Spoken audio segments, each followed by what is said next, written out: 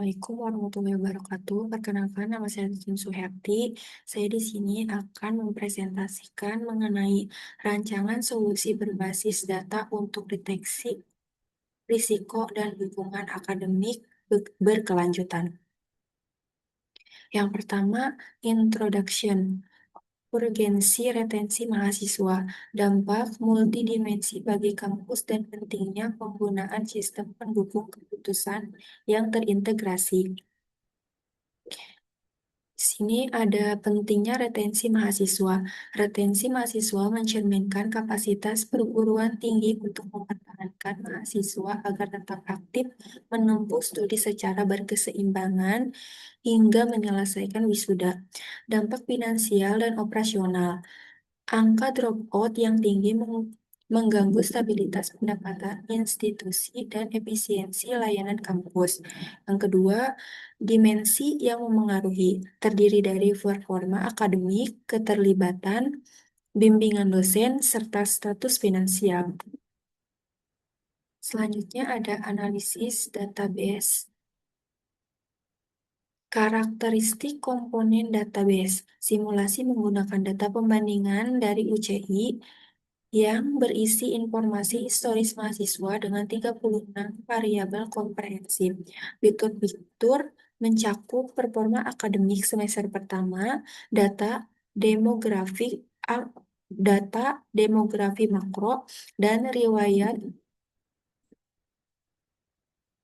riwayat kondisi ekonomi sosial sangat referensif untuk klasifikasi status akhir mahasiswa dropout, enroll, graduate. Masalah utama kampus, informasi tersilo dan reaktif. Perguruan tinggi kerap terlambat menyadari mahasiswa bermasalah karena data tersebut di berbagai sistem yang berbeda. LMS, keuangan, siapad, penanganan yang bersifat reaktif menurunkan peluang pemulihan mahasiswa. Sistem peringatan dini melalui visualisasi metrik gabungan, simulasi BI, ini berupaya menghasilkan early warning system otomatis. Kampus dapat melakukan prioritas tindakan terhadap kelompok beresiko sebelum akhir semester tiba. Yang kedua, ada metode studi rancangan arsitektur integrasi sistem, penataan skema penyimpanan dimensional, pemodelan dan warehouse serta formulasi metrik penilaian. Sumber data terintegrasi, data akademik dan keterlibatan. Siakat menyediakan histori nilai semester, IPK atau IPS, total pengambilan SKS, dan data cuti akademik. LMS, melacak kreatif. Keaktifan langsung meliputi frekuensi masuk login, mengumpulkan modul tugas, dan persensi kuliah. Data keuangan dan layanan. Keuangan, status pelunasan kuliah, besar tunggakan pembayaran, serta klasifikasi penerimaan beasiswa. Layanan pendukung, riwayat bimbingan rutin dosen wali, dan rujukan konseling akademik atau psikologis. Arsitektur komponen BI. 1. Integrasi dan ETL. Mengekstrak data mentah dari siakat, LMS, dan keuangan ke strategi data yang bersih secara terjadwal.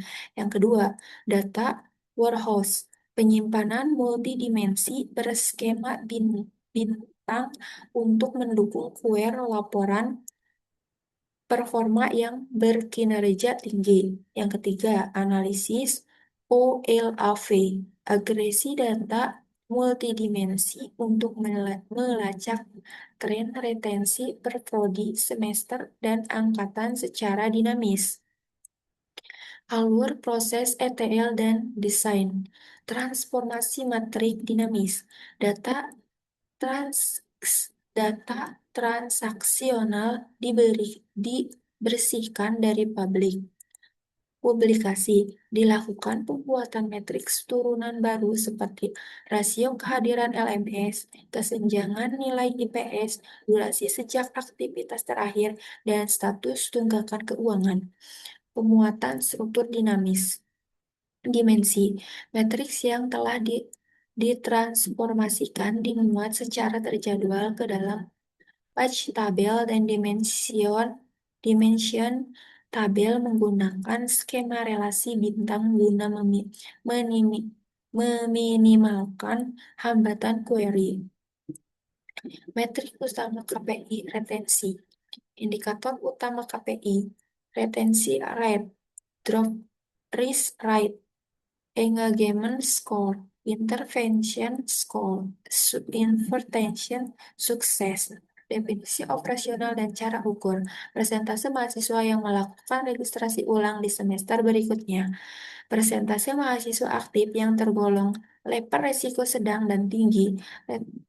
Rata, rata skor kreatifan mingguan di LMS, presensi penyerahan tugas, tingkat pemulihan status mahasiswa beresiko pasca bimbingan intensif, sasaran kinerja, lebih dari 92,0%, kurang dari 8,0%, lebih dari 80 atau 100, lebih dari 85,0%.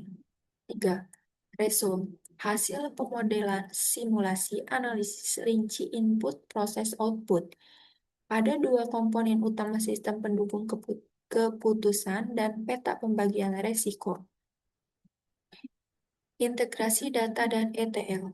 Input, log mentah dari database Siakad, riwayat aktivitas LMS, catatan pembayaran keuangan, bimbingan dosen, serta database pembanding UCI. Proses, pembersihan inkonsistensi data, profiling relasi UUID, mahasiswa, standarisasi tanggal, kalkulasi matriks turunan, ingredient index, gap nilai. Output, tabel database tagging area yang bersih, tervalidasi, saling terhubung, serta siap dimigrasikan ke skema data warehouse. Data warehouse.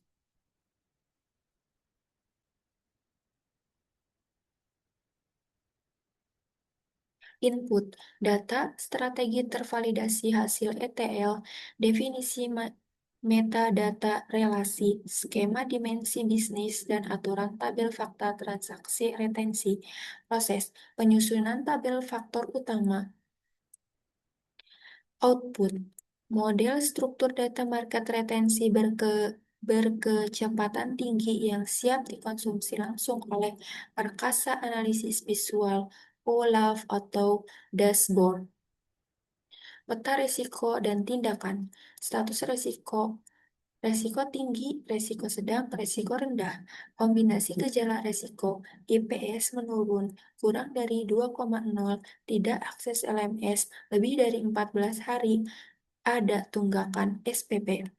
IPS menurun tipis, presensi kelas 75%, tidak akses LMS, lebih dari 7 hari.